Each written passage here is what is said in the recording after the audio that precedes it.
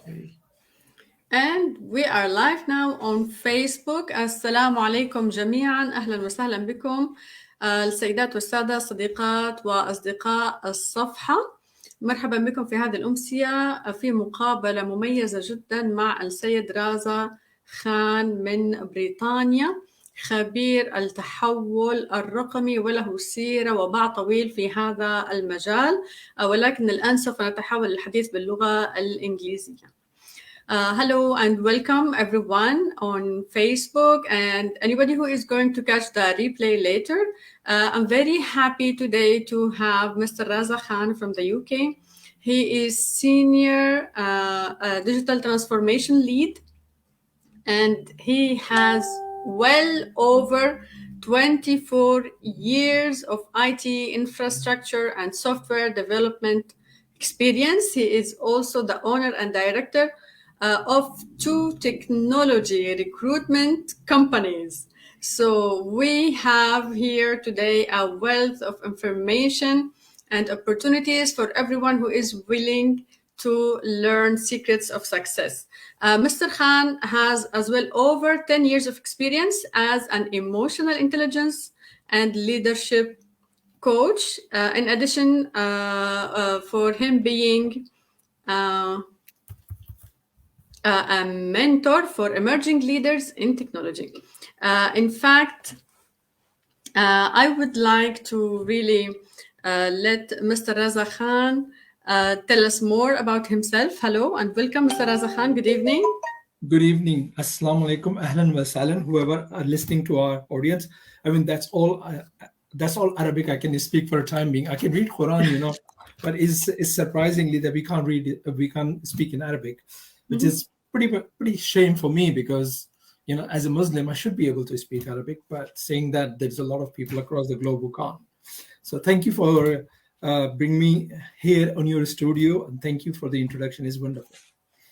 You are most welcome, Mr. Raza Khan. And I think Arabic really is one of the most difficult languages on earth. So I think it's good enough that you are able to read the Quran at the very least, and maybe you can understand as well important sentences. So this is an achievement on its own, right? It is.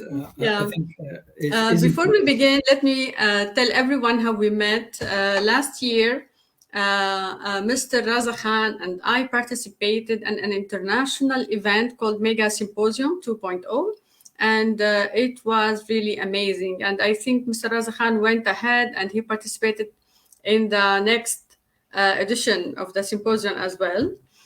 So, Mr. Raza Khan, we would like you please to introduce yourself to us and tell us your story. And I would really love to hear about your turning point.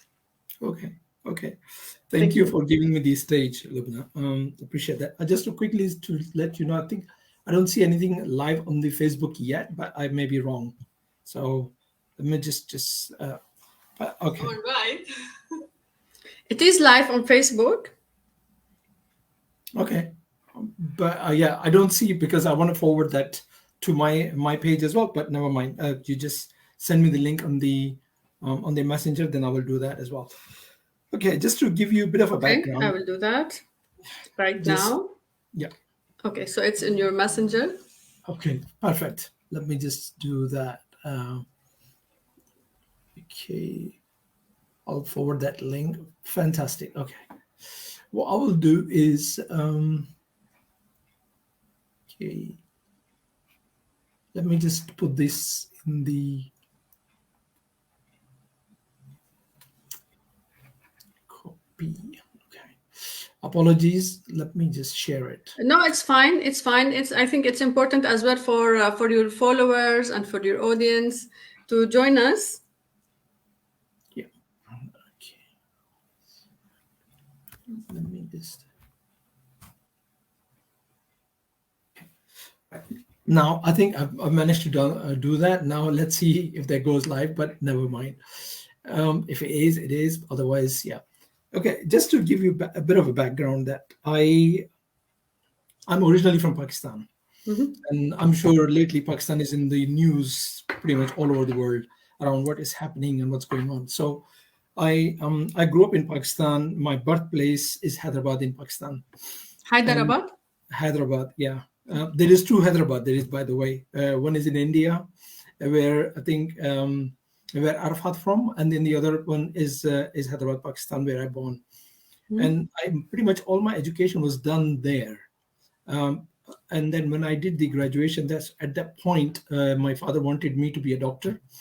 In Asian countries, especially in the Asian families, there is like two best professions, and they think that once you have one of those two professions, you are made for life. One is the doctor, the other one, in Arabic they call it doctor, but the other one is the engineer, right? They're the two best professions. I'm sorry to interrupt you, Mr. Raza Khan, but the similarities between the Arab community and the Pakistani community is really stark. Because also in my community, we think that being a doctor or an engineer Mhm. will guarantee you a lifetime of wealth and happiness. But sometimes it doesn't. We'll talk about that because I mean, I have a lot of doctors friends, I have a lot of engineer friends and things like that. But we'll talk about that. So, but as I did not get the grade which I was expecting, and my father was expecting because he was a doctor.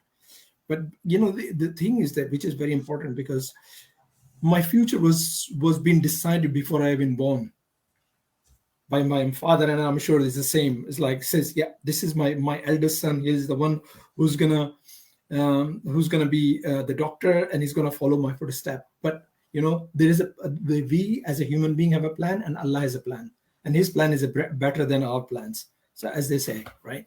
Absolutely. So unfortunately, I did not get the good grades in in what do you call it, the A level, which is equivalent to the in Pakistan as well. And then obviously my father was very upset with me for a long period of time because I didn't get the good grades. You Um, missed the plan. master plan. Yeah, I spoiled his plan, but unfortunately he's no longer in the world, so he can't really say anything. Um, what I did is that I did the degree in the chemistry at that time, and then my uncle was living in UK, and so he was coming in the UK for the treatment because he had a heart surgery, so he wanted to check up his heart and everything. So he brought all my degrees and things like that, and he got me admission here with my younger brother. My Since then, my younger brother has gone back to Pakistan, but I stayed here and continued working, continued studying. So that pretty much with this my background is that. And then during this background, I mean, I can tell you about a couple of limiting beliefs was given to me by first of all was when my father was upset with me that I didn't get the good grades. He thought I'm incompetent, and as an 18-year-old I got this belief that I am not good enough because he didn't talk to me, right? So that's very important because it is a very important message, especially for the parents, that not to have this attitude, right? So that's one time happened. And then one of my teacher back home, he said to me that I've seen a lot of people like you who turn into a clerk but they don't have any future. That's the second time it's given to me as a limiting belief that I'm not good enough, right? So this is the journey which I've been. And then I moved to UK, but English wasn't my first language. uh, I mean, I can speak English now professionally over 24 years or 35 years, but English was never my first language. And my teacher was assessing me based on my spoken language. And he said to my uncle that I will never make in IT industry. That's the third time, right? Being given to me a limiting belief.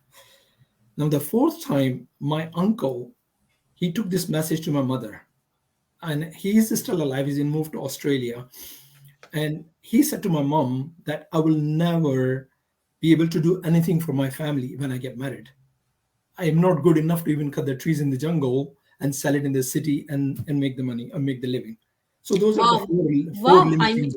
mean, sorry to interrupt again, but I have to. I mean, for an 18 years old young man in a foreign country, in a foreign culture, having to hear all of this and to endure all this kind of pressure, I can only imagine how that made you feel. Is never easy, Loubna. And unfortunately, when you go through with those sort of challenges, then all your life you're trying to prove to the people that yes, I am good enough, and yes, so there is a lot of struggle in life, right? But Indeed. prior to that, just to go, I'll go back all the way to when I was 2 year old. I was my father lived in Saudi for 18 years, and In Saudi we Arabia. Saudi Arabia, yeah. And what happened was that when we were traveling to Saudi Arabia to meet him, I came to two near death experiences at the age of two, in the matter of 6 months to each other. One was we were stuck in the flood just past the Mecca, and then I saw a lot of dead bodies at that age. And then within 6 months, we were traveling to Medina with my younger brother, who born 6 months into that, and my mom and my uncle. And then the bus did a flip 360 flip, so we survived on that. And but that kind of scared me so much that I did not speak for a year, and my parents put me through all sorts of medications. So those are the challenges. So when you go through those sort of insecurities and challenges, and then you hear the limiting beliefs given to you by other people and their behavior, then it becomes more difficult to manage. And Indeed. these are the things which actually I've gone through, and I've kind of survived, and I've come out on the other side. And alhamdulillah, thank God, where I am where I am, because that's where I'm meant to be. So that's the start of my journey, as to what really has happened. And then I moved to UK, and then I did my degree and I started working. And there is a famous saying is that when the students are ready, teacher will appear. Yes, I do believe in that. Absolutely. Yeah, Every single time when you are ready, someone will appear and show you the way. absolutely. And I got married, and then I was actually visiting my brother-in-law in US, and I bumped into one of these guy who do I'm sure you've come across the multi-level marketing business, where they sell the product online and things like that, but they are very heavy in terms of the personal development. So that was the first time I got to know about the personal development world, and that I'm talking about 2003, 2001, 2003 time, because I was traveling that, and that was such a long time. And but that even at that point, I was very successful in terms of the what I did, because at the age of 20, 21 or 22, I was making 7, 8K a month as a consulting, because I always had that dream. And then when I was young, I was growing up, I was told that if you get up 6 o'clock in the morning, the successful people get up 6 o'clock in the morning. They may be right, they may be wrong. I don't know yet. I'm still trying to find out. Getting up, even now, I'm getting up earlier 5 o'clock, but sometime, we don't know yet. But there is, I think there is something in there which when people say that if you get up early in the morning, you'll be a successful. I mean, there is a truth to that, but I'll talk about that a little bit later. So, Yes, please, because actually we had a guest in this initiative once before, and he did really promote this concept that when you wake up early, like say 5 a.m. in the morning, you yeah, will have several hours head start versus somebody who is waking up, let's say 9 or 10 a.m. But still, on the other hand, there are coaches out there, and experts and people who are successful who are saying, never mind, this is not true, because you can just stay up working all night instead of waking up early. yeah. Maybe you will share your perspective on that later. No, definitely. But I mean, there is a concept that what are you talking when we're talking about, getting up early. But I have a method where I can show you how to make convert 7 days into 9 days. So in one week, you can get extra 2 days out, where you can actually invest in the personal development and invest in your business. So there is a productivity there, which we can talk about. So that's where I start doing that. And when I moved to the UK, I mean, number one, what was for me was important, that I have to stick to my goals. My goal was that I'll be free by the age of 30. I should have my own business, or I should have my family. And then the other thing was very important for me is that when I used to go to the offices, I see my bosses have their families' photos, their children's and their missus' photos on the table. And that's how they saw them growing up or growing old, right? And I didn't want to do that. So I had in my mind that I am not like that, and I don't want to do that, because if I'm getting married and if I have children, I want to spend time with them. But guess what I did? Yes, please Not share. spend time, not spend time with them, busy working hard. Huh. But Despite the realization. despite the realization, for me, okay, so after I got married, what happened was that this is what my routine was. Work was important. Then when I come home, TV, maybe that family, maybe then the prayers, the spiritual side, and maybe something else. That was the that was the routine for me, right? I love watching TV. I used to love watching wrestling, American wrestling. Saturdays, couple of hours I spent on that, Mhm. right? But when I got into the personal development, that's what I realized, is that something is not right, right? And I mean, the other scenario is that, let's say, my wife and me sitting on the same sofa, we're watching TV. I have my laptop with me. She's talking to me. I'm not even listening to her. I'm in my own world, where I'm supposed to be 100% to my wife, because, as a professional, what we do is that, we regard ourselves as a IT consultant, or a doctor, or an engineer, or a lawyer, or a policeman, or army major, or something like that. That's how we regard us, and that's how people recognize us. But unfortunately, when you are home at the doorstep of a home, you're a husband, you're a father, your son, your brother. That's who you are. That's the designation we're supposed to recognize it. Exactly. We are supposed to have this designation. However, we do not. We usually come wearing the work hat, and we Absolutely. keep it on. Yep. For even in the shower, we are keeping the work hat on, right? Absolutely, absolutely. And I think that's the danger, because in the emotional intelligence world, we are talking about relationship, which is the fourth domain in the emotional intelligence, the relationship management. They in the emotional intelligence, they're talking about the relationship management as at work, but relationship management starts with a relationship with us, right? Mhm. We look at outside world, as extrinsic, that what's happening outside, but what we don't do is that we don't look inside what is happening to us. So relationship with us, I mean, when I coach people, I said, when was the last time, even the ladies, when was the last time you looked in the mirror and said, I love you and I forgive you, apart from the doing the makeups? They goes, never. I said, well, you don't love yourself. But we don't look at that way,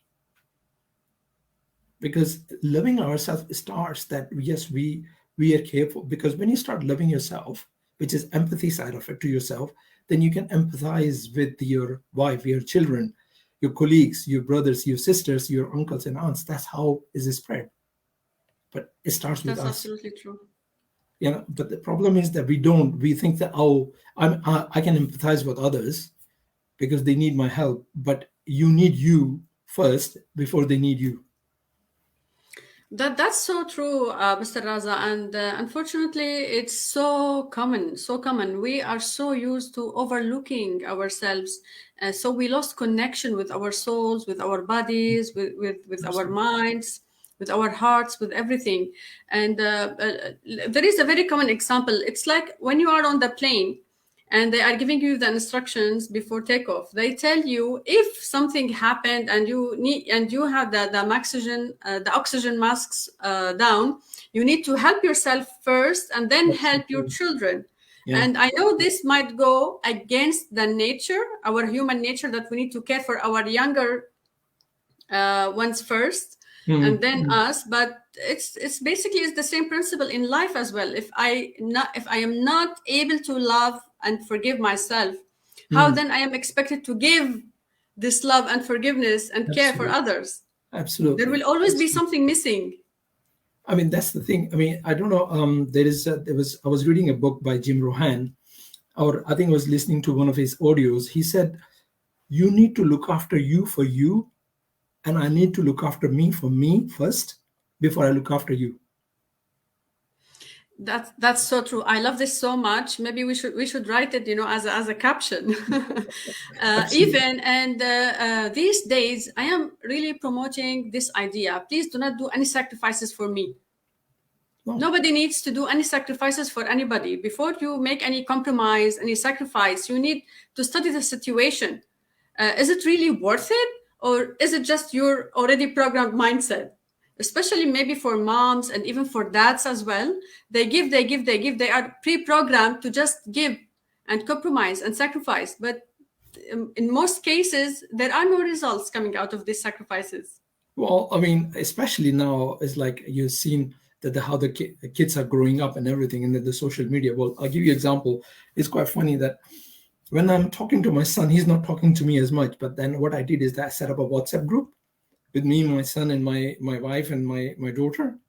He's talking to me on the WhatsApp. So it's just that that's how the social media is actually took over our life, and we are too busy with the social media and with the Uncle Google, I call it, because I know I'm quite close to the technology world, so I call it Uncle Google. Uncle Google seems to have all Yeah, the same answers. here in the Arab world. I'm telling you, we call it Ammo Google, Yeah. Ammo as uncle.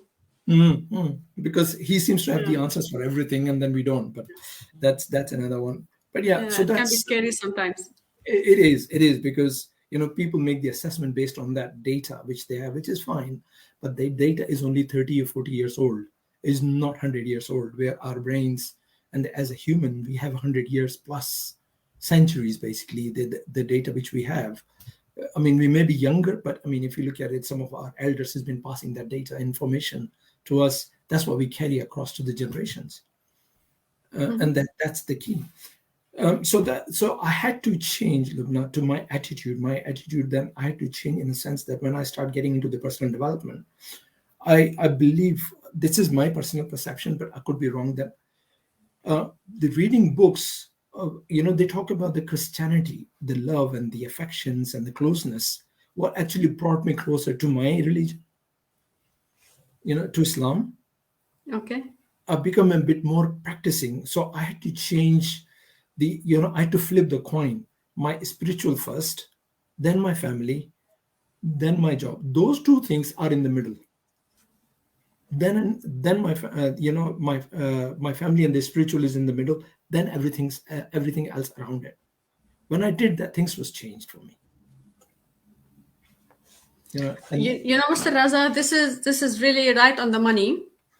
This is really right on the money because in consultations and all the people who are interested in healing or in reinventing themselves or doing any transformational work, really, this is an always present question. What should we do first? Should we invest in coaching sessions first, in spiritual healing first, in working on our inner world first, or no? Let us fix the outer world, the job, the relationship first, the work first. What should we do? And I was thinking about an analogy. It's like you are telling somebody, okay, I'm going to reap the apples first, and then I'm going to plant the apple tree. yeah, You cannot have that. chicken before the egg, you mean? Yeah, Yeah. that's what they call it. Yeah. I mean, you mentioned about the inner world, and actually I've designed a whole program. It's called the inner leadership.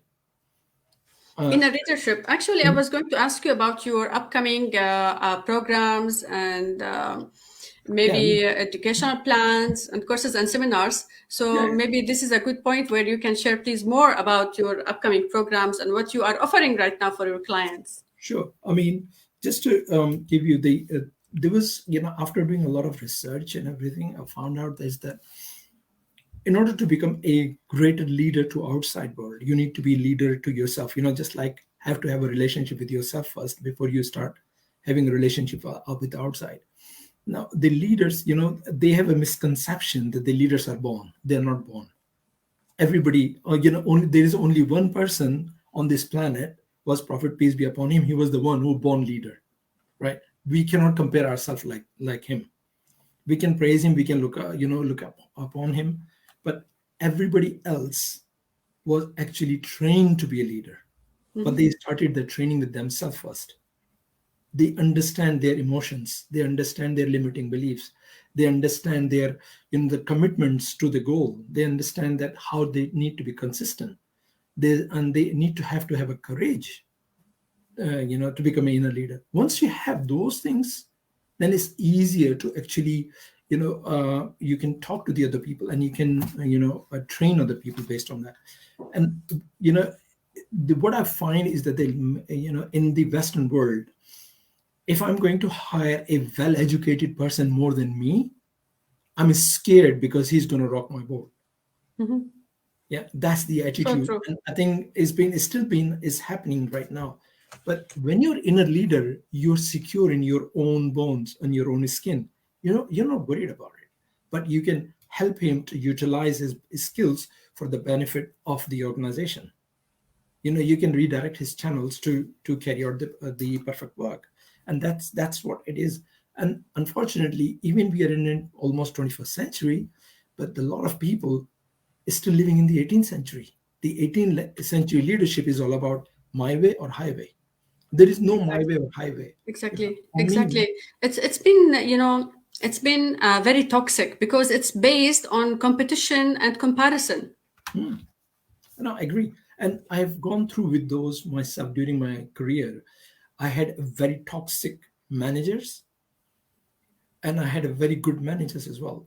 I mean, some of my toxic managers was, he was so bad that I got so worried and stressed that I ended up having a chest infection, and I had to take a time off. Mhm. That sort of thing. Now, and the other side, I've seen a wonderful lady CEO, but as soon as she get the bad news, oh my God, nothing more toxic than her. So it's just how you need to know who you are. So self-awareness, self-control, relationship management, and social awareness. These are the four domains of emotional intelligence. But the misconception is, I'll tell you, one of the biggest misconception, that emotional intelligence has been around only for last 10-15 years. Mhm. That's the misconception. However, emotional intelligence has been around for centuries. It starts with Prophet Abraham. Okay. You know, That's really good to know. That's really you good know, to know, and that is why we are having this series of interviews with experts like you, so you can really clarify the thing that is going on. To be very honest with you, Mr. Raza, we hear about emotional intelligence, but it's not interesting. it's But not. I now, mean, please share yeah, more about it. yeah. I mean, thing is that if you look at it, Prophet Abraham had a followers. Yeah, he was empathizing it, but he was self-aware of his own righteousness. Mhm. Righteousness. Yeah, he had a self-control. Right, he took Ismail for the slaughter. Right, but he believed. So that's his self-control, and he had a relationship with his true missus. Now, all the way, if you come to Prophet, peace be upon him, you find these the same similarities. He had a followers who were loyal to him. It's not that he actually needed those loyal followers, but he was a visionary. So he knew about himself, and he knew how to self-control. A very good example of self-control is, I don't know if you know, there was his so-called son Zaid bin Haris, right? There was a story I read that he gave him money. Zaid bin Harith. Zaid bin Haris, he gave him money. He said, "Go and buy something from the stores, from the bazaar, Mhm. from the shops." He was a kid, right? And when he saw kids in the bazaar, he started playing with them, right?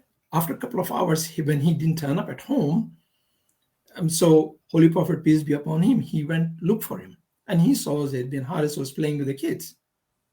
He goes, "Okay, finish your game and come home, but give me the money, and I'll go and buy the stuff." And guess what? As Zaid bin Haris was playing, he lost the money as well. What would you and me do at that stage? Where would be our self-control? Yeah, yeah. Probably before I go into what I do right now, I might be, Yeah, with out of exactly. control for sure. Yeah, absolutely. So you would have lost the self-control. You would be very angry. You would be very frustrated, or even you could have slept. Yes, because I think we are pre-wired to hitting and slapping. Correct. No, exactly. And this is what it is. So if you look at that, and if you look at his life or their life, the prophet's life, if you look at the Jesus Christ, if you look at Abraham, Moses, Isaac, emotional, they all had emotional intelligence. Some had a self-control, and some were high on self-control. And the social awareness, they were very socially aware, and they had a good relationship. So it's not something which the Western media or Dr. Goldman wrote something. It's been around. It's been around for us for centuries. It's I agree. nothing new. I mean, if you pick up the Holy Quran, number of times it talks about a lot of things. Talking about how to look after your children, talk about how to look after your wife, your parents. That's a relationship there, right there, relationship management. It talks about that who you are as a spiritually, and then that's what we're talking about, the self-aware. So if you can start looking at that, is a totally different ballgame. And then the problem, once you've looked at that, then you look at the home environment, our children's home environment, our emotional intelligence built at the age of 5 and 16. That's the age group. And if we don't look after those kids at that age, we're in trouble. And what you see right now across the globe, this is what's happening. I couldn't agree more, because also in consultations, parents, moms, and sometimes dads, they come and they are complaining about their kids, their young teenagers, ages of 11, 13, 14, right? And they are complaining, my son or my daughter, they are very aggressive, they are very stubborn, they do not want to listen to me. 100%. But question is for them then, when was the last time they really sit down and listen to their kids without judging them? Because what Actually, happens? Exactly. To answer your question, because I'm asking them when they come to me with this problem, how long are you willing to sit with your kids and listen to them? Because for us, for us grown-ups, we don't have the same interests, right? Or the same mindset. I mean, our children right now, they are very different from us. Yeah. And the maximum, I think, is 15 minutes. Yeah. But we can sit, and watch a series on TV or a movie, or talk on the phone with a friend for 2 hours. Normal. We never complain. It's more Absolutely. amusing. Absolutely. I mean, just to give you example, just over Eid, which is like 2 weeks ago, one of my nephew, he got into this Forex. He's only 12-year-old, but he's been playing around it. And then everybody's at the dinner table, and he was talking about that. And I actually engaged with him. I'm going to start talking about because that was his interest. So in order to, bring the interest out and start talking about that, I start engaging him because I have a little bit knowledge on that side. But his father, his parents, and everybody else, he says, be quiet. Everybody's eating. But he was excited about it.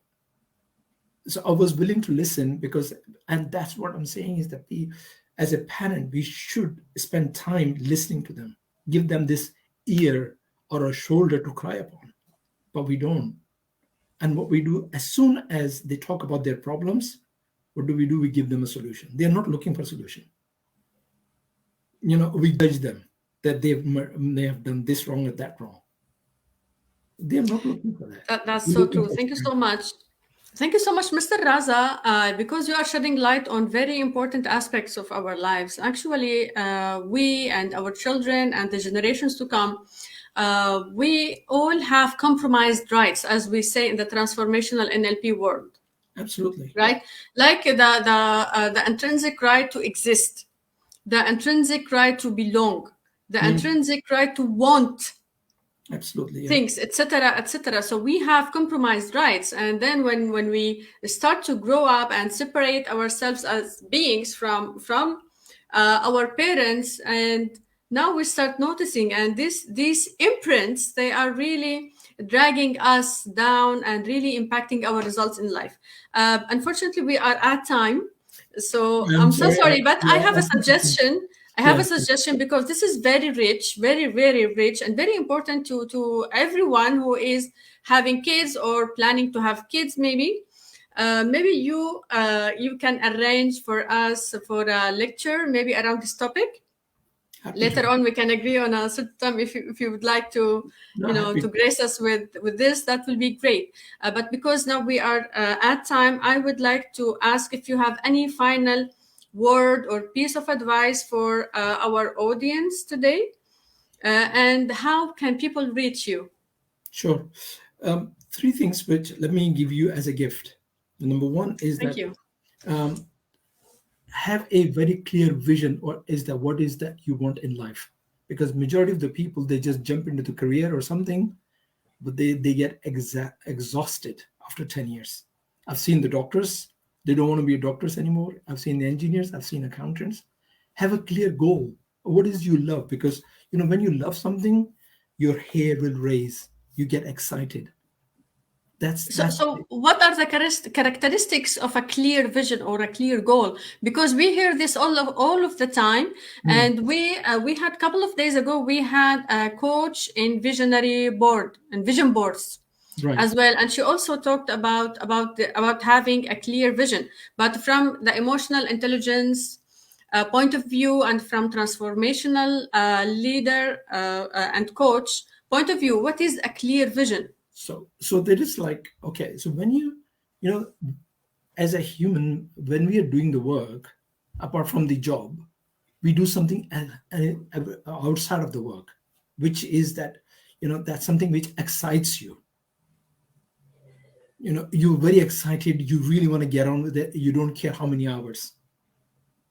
That means that you love that part. Be very clear, is that why is that you want to do this. Maybe just like yourself, maybe you want to spend time with the children. That's what you love, that's what excites you. That means that you have a goal to improve the children's well-being. Mhm. Yeah, that sort of thing which you need to be. But thing is that you need to start writing it down, because what we don't do is we don't write the goals, right? Yes. Number two, which is quite important, in a sense that write it down, what is good about you, and what is good about you. Because if You mean the personality traits? good personality traits about you, because if I ask people to give me 10 bad things about you, they give me 100. But give me 10 good things about you, people will struggle, right? And let me give you a little tip there. If you Yes, please. struggle to find good things about you, search Google, and that will help you as well. But I can guarantee you it will take a couple of hours. It's not going to be immediate. So how can we use Google to help us with this? Yeah, so what are the good traits? And then you can, when you start reading about the traits, you say, oh, I know this one, I know about me like this. That's where it changes. Mr. Raza, let me share this with you. Sometimes, because I love to spend time with the children of our family, with my kids and my Yeah. nephews and nieces, etc. So when we are all together, especially in car rides, we used to play this little game. Everyone will have to give five very good things about themselves and pick someone they don't really like and find out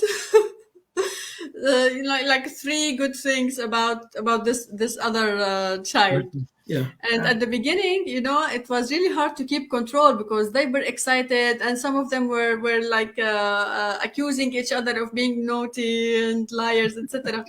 But at one time after the other, the idea was really now clear in their minds, and now they are able to appreciate each other and themselves, of course, more. Yeah, it is a huge difference. And I think if they're starting that early, that will help them to be very clear in terms of what they want to do. So in the clarity of vision, so that's one thing. The other thing is that, let's say we are what, 12th of May, you know, time travel to 12th of May 2023, and look back the what have you achieved. I'm sorry, could you please repeat? I could not really hear very well. So so today is like 12th of May, right? Hmm. Look at 12 months ahead. So go into time travel into 12th of May 2023, and then look back, so what was your achievement?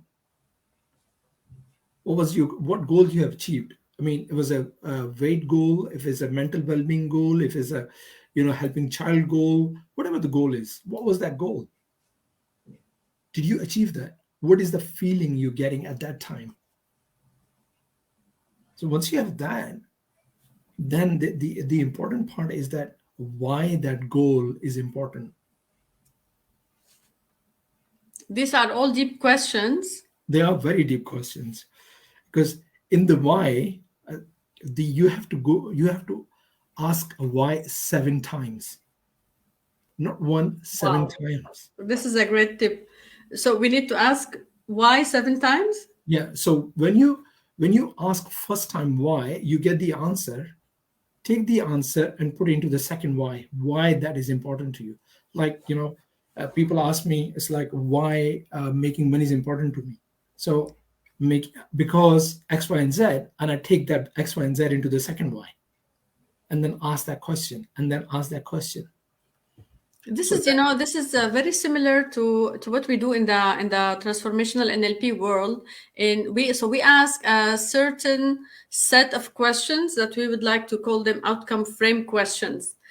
So yes, I mean, this is also another modality, and it's very helpful, to dig deep for whatever is lurking there in the dark, as I would love to say, yeah, I and mean, keeping this person from achieving their goals. absolutely. Because once you start doing those 7 whys or 8 whys, and I know sometimes people gone through the 10 whys, and then suddenly the light bulb moment came across. So that's what you really want to do.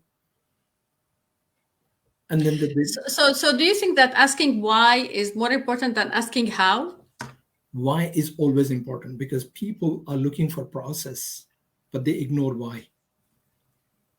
Look, where you are and Thank how you. you get there is okay. How is, you will find the answers as how, but what will help you to get how is why you are going to do this. Because if The your why motive, is the not actual motive. actual motive, yeah, if your why is not important, what is not strong, your how will, you will get there, but when you get there, you're not going to like it. That's amazing. Thank you so much, Mr. Raza. This is really gold. I truly appreciate it. And of course, I'm going to reach you afterwards. Maybe we can arrange, like a lecture around, a mini lecture or a mini session around this. Sure, no, Okay. definitely. But now, please let us know how people can reach you. Sure. I have my Facebook profile as well. Raza Khan is my Facebook profile, and then the email address is Raza at Sage Mentor. I'll put it down in the Mhm. chat as well. Yes, please. Um, So that I can highlight it. mentor.com. That's my email address. They can reach out to me, and obviously, they can message me as well in the That's message. wonderful. Okay. So I hope the audience understand and that they can relate with what's going on, because these are some of the important things. And by the way, people think I'm a doctor. I'm not a doctor. I'm a technologist. I Maybe love you are a technology. doctor of souls. I have no idea. This is a gift Like to a me. spiritual doctor. Yeah. We need more people in the world like you, Mr. Raza. You shared Okay. that you have a mentorship program I do. Yeah. where you teach your mindset and methodology. Well, the mentorship program is like, there is two. The one which we're talking about is the in leadership is a mentorship program. So it's actually a 12 weeks program, because people who think that they can go into the weekend and get all the information, but that there is no implementation. So in Yes. this program is that we teach one topic, and then we allow them to go through the whole topic for a whole week, and then following week is actually a coaching session where they can come and ask questions before we Sounds move on to the wonderful. second topic. So that's what it is based on 6 C's. So 6 C's of inner leadership. Now, that 6 C's, I mean, I can give you the highlights. So, I mean, I talked about a couple of them already: the commitment, the clarity, the courage, the confidence. Those are some of the C's which we talk about, which we go deep into that to actually get a transformation journey. That sounds really wonderful and very interesting. And I will be more than happy to share the link if you have one, so that more people can have access to that. But now we are at end of time. Sure. I would like to thank you so much, Mr. Raza Khan, for everything that you have shared with us. You're Before welcome. I had no idea that there was something that is called golden nuggets, but until I started doing these interviews and attending them myself, so now I know the importance of the insight from an expert. The expert as advice for everyone who is seeking to reinvent themselves at one point in your journey. We will realize that this is not right. There is something wrong that is going on, and I need help. And then people can come to interviews and initiatives like this and listen to experts like you, and then they can learn, and they can even approach you and hire you to coach them, mentor them, and this will really, really save them so much time and effort and even money on the long term. Thank you so much. Make sure to catch the replay. Please share it as well Please. on your social platform, and we'll see you again in other Definitely. interviews. And then likewise, because I'm starting my talk show again, because I stopped last year because of some health reasons. Mhm. And then there is another important thing which I'm going to start. It's called What If. There will be the reason I'm saying is that let's say that what if you are NLP practitioner? So what? What That's does that wonderful. bring to you? What does that bring you? What if you are self-aware? What does that bring you? What if? So there is a series of what if we will start. And That's amazing. Maybe we can arrange then another session where we can learn more about this from you. sounds good. Sounds good. Okay, Loubna, thank you great, for wonderful. inviting me, and thank you. I'm sorry it took long time, but it's just It's okay. just I myself, I enjoyed so much. The time with you. I learned so much from you. Really appreciate you sharing all this much and giving of yourself as well. Thank you so much, Mr. Raza. You're welcome. Thank you. Wish you a wonderful evening, everybody You as well. too. Have a good one. Okay, Bye bye. assalamu alaikum. Wa alaikum Bye bye. assalam.